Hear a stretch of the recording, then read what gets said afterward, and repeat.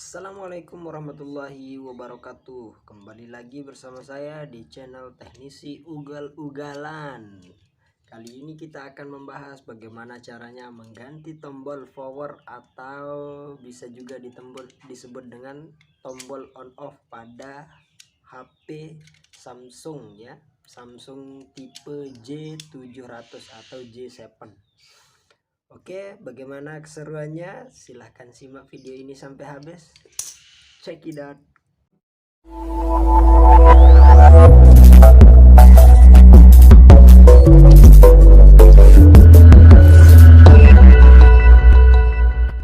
Assalamualaikum warahmatullahi wabarakatuh. Bismillahirrahmanirrahim.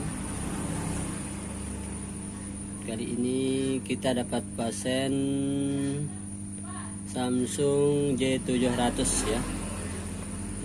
Bentuk PCB-nya kurang ini seperti ini ya. Yang mana kasus dari handphone J700 ini kalau kita cek secara sepintas tadi masih bisa charging ya. Dan tampak di LCD indikator charging ya. Akan tetapi ketika kita menekan tombol on off tidak bisa hidup ya. Untuk prediksi awal kemungkinan adalah tombol on off yang sudah tidak berfungsi ya, yang ini ya. Nah, cara yang akan kita lakukan adalah dengan memakai power supply. Oke, kita pakai power supply, kita cek dulu apakah memang benar on off nya tidak berfungsi ya. Kita coba tempelkan kabel power supply positif ya, kabel power supply positif ke konektor positif dari handphone ini ya, konektor baterainya ya. Kemudian negatif ke konektor negatif. Kemudian setelah dua-duanya kita hubungkan, itu kita tempel. Tapi ingat ya, karena Samsung ini memakai 4 pin konektor baterai ya, bisa kita lihat pin konektor baterai. Walaupun mungkin teman-teman banyak yang sudah tahu, akan tetapi yang terpakai biasanya di Samsung ini hanya 3 ini ya, 3 ini ya. Yang satunya not connected, artinya tidak difungsikan ya. Karena kalau kita taruh negatif di sini, otomatis walaupun normal handphone tidak akan bisa menyala ya. Makanya kita taruh di sini, ini adalah negatif. Atau cara paling mudah adalah untuk mengetahui positif negatifnya adalah dengan melihat konek baterai, atau bisa kita ukur dengan apometer ya. Oke, kita coba aja pelan-pelan, kita ukur aja pakai apometer ya. Bisa memakai apometer manual ataupun bisa juga kita memakai apometer digital, sama aja ya. Nah, kemudian kita coba, kita set aja ya di 1K ya. 1K ya, saklanya harus bisa juga dikali 1 atau 1K ya. Oke. Setelah itu kita coba untuk mengecek jalur positif yang mana. Oke. Jalur positif di power supply, salah satu cara simpel menandakan dia jalur positif adalah jarum apometer ketika dihubungkan probe hitam apometer ke ground dan probe positif apometer ke positif, maka tidak boleh menunjukkan angka 0. Kita coba. Oke ya. Jarum tidak boleh ke angka 0 ya. Kita perjelas posisi apometernya ya, biar agak kelihatan, mudah-mudahan bermanfaat. Oke, caranya adalah dengan kita tempel probe hitam dari apometer ke ground. Kemudian probe positifnya kita tempel ke positif. Oke. Jadi secara jalur kemungkinan besar HP ini tidak short circuit ya, karena ketika kita hubungkan negatif ke body handphone, positif dari konektor baterai, maka tidak menunjukkan 0. Beda ketika kita menghubungkan ke negatifnya ya. Ketika kita menghubungkan ke negatif, otomatis jarum ampermeter menunjukkan 0. Oke, kita tepatkan zero adjusternya dulu ya, biar pas di 0. Oke. Fungsinya adalah untuk keakuratan pengukuran ya. Oke, kita harus nolkan. Nah, artinya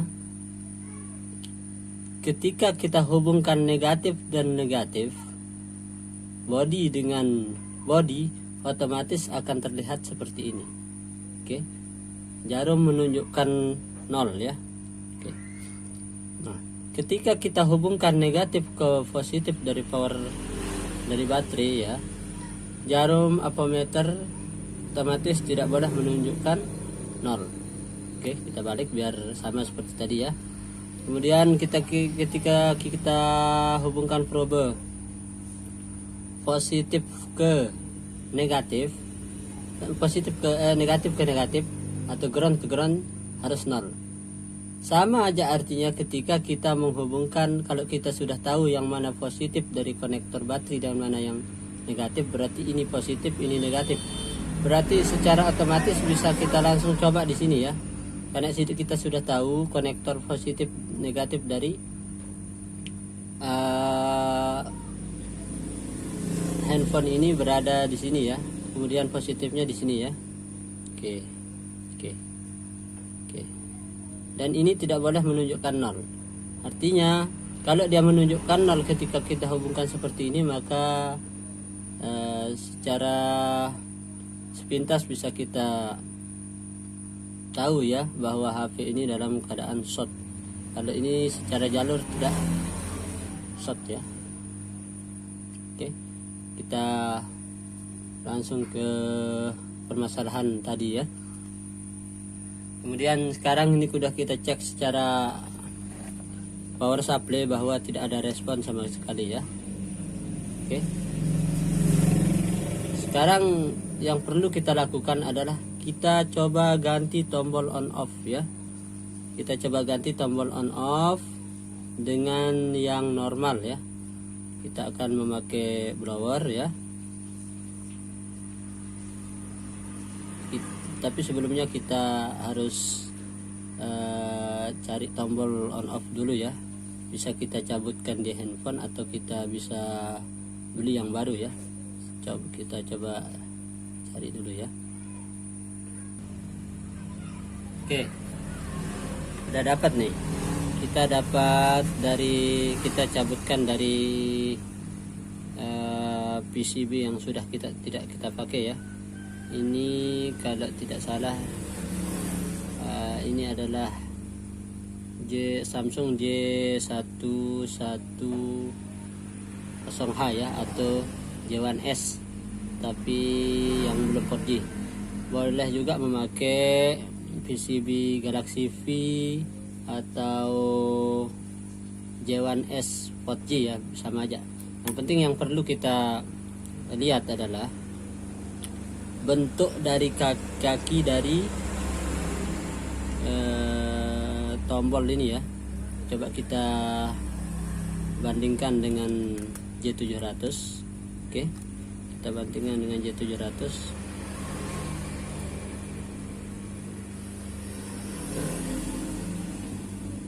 Sama ya, berarti kita bisa ambil dari handphone J110H ya. Kita akan memakai blower ya. Untuk mengangkat dari ini kita tidak agak kesulitan kalau hanya memakai solder ya. Kita pakai blower biar hasilnya agak rapi ya. Oke, kita akan ganti dengan tombol dari PCB ini ya. Tapi triknya adalah karena tombol dari bagian dari tombol ini ada yang plastik. Ketika kita memblower dari atas, kemungkinan bagian plastik dari tombol ini akan rusak ya ketika kita dari atas. Salah satu caranya adalah kita akan blower dari bawah ya. Yang perlu kita perhatikan, karena kita ingin mengambil tombol ya, otomatis walaupun PCB ini rusak, yang penting tombolnya masih bagus, itu tidak jadi masalah ya, karena kita ingin ambil tombol. Ketika kita blower dari atas, otomatis bagian plastik ini akan meleleh ya. Kita coba ambil pinset dulu ya. Oke. Tapi sebelumnya untuk lebih mempermudah atau mempercepat melelehnya timah ini, kita akan memakai cairan flux ya. Cairan flux fungsinya secara umum adalah membantu menurunkan titik didih timah ya. Misalnya titik didih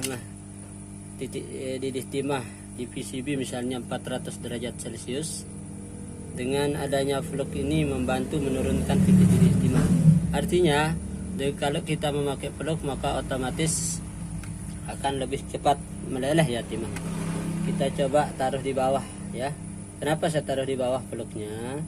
Karena kalau kita taruh di atas, ketika dia fluk ini sudah dingin nantinya ya, biasanya ini akan menghambat kinerja dari tombol ini ya. Kita coba angkat dari tombol.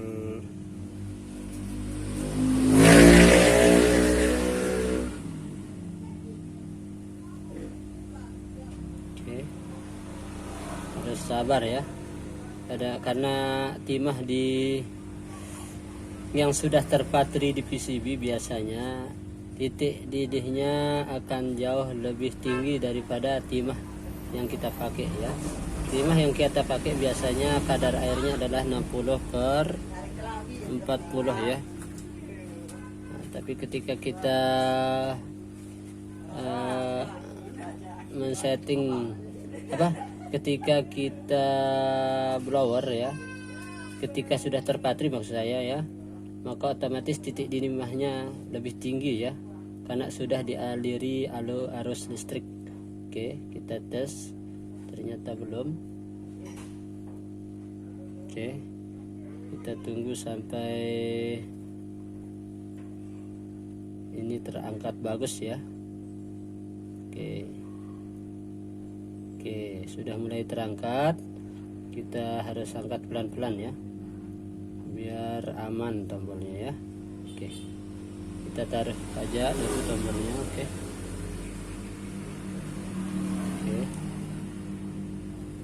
Nah, sekarang adalah langkah kedua adalah kita harus buka tombol dari J700 yang sudah tidak berfungsi ya. Panas ya. Oke.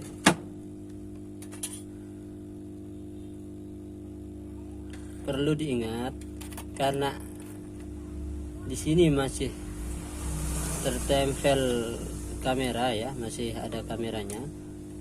Alangkah baiknya kita buka dulu ya, biar tidak kotor lensanya ya. Oke.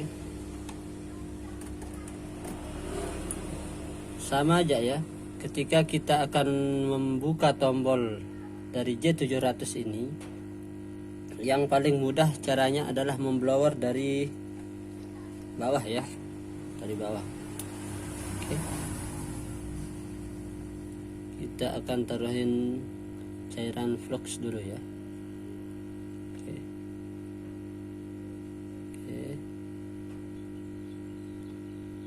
Oke, cukup aja.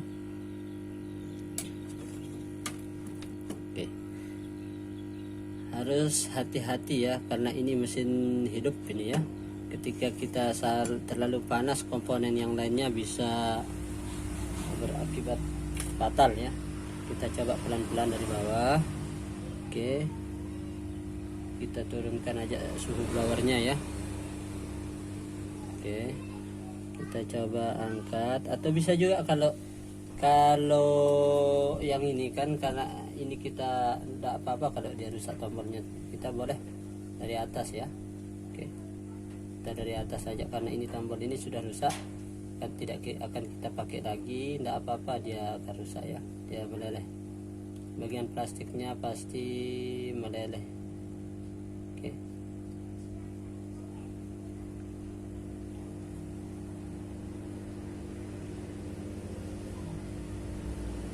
atau kalau karena ini adalah,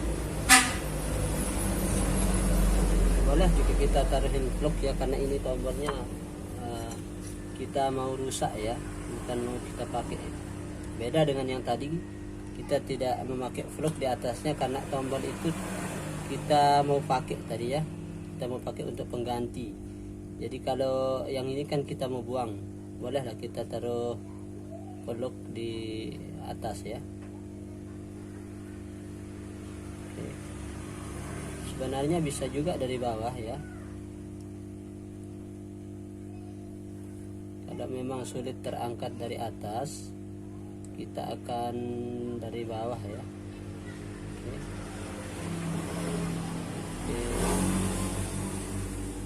Oke. Kalau memang terasa sulit dari atas, kita coba dari bawah seperti membuka tombol tadi ya.